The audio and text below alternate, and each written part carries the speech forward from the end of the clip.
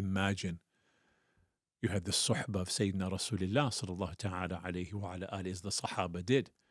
And the Prophet sallallahu ta'ala alayhi wa ala alihi, in his own way, put them through this spiritual transformation process.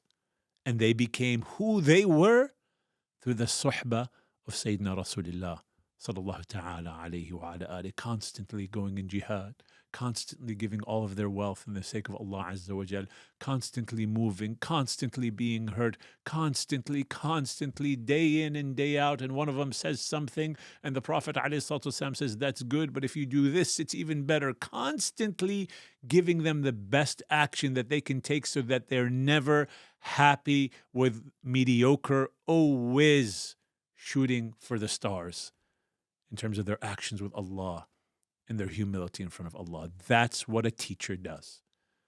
A teacher keeps teaching and a teacher keeps pushing.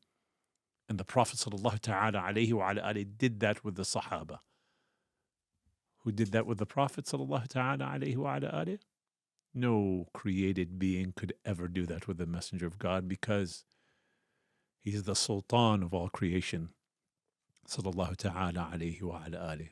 So Allah took it upon himself to move the Prophet sallallahu ta'ala alayhi wa ala alihi constantly from one state of perfected being to another state of perfected being, to another state of perfected being, to another state of perfected being. And when we understand the Prophet sallallahu ta'ala alayhi wa ala alihi and his relationship with Allah subhanahu wa ta'ala from that framework, then we start to understand why he underwent so many different experiences with Allah subhanahu wa ta'ala, because Allah took on the growth of the Prophet sallallahu ta'ala alayhi wa ala alihi himself, and so he was constantly putting upon him weights that the Prophet sallallahu ta'ala alayhi wa ala alihi had to carry. The first weight is the weight of nubuwah, of prophethood. And then there's the weight of da'wah, calling people secretly to Allah. And now here comes a new weight.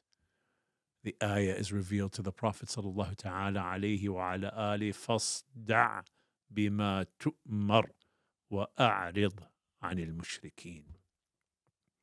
No more secret da'wah.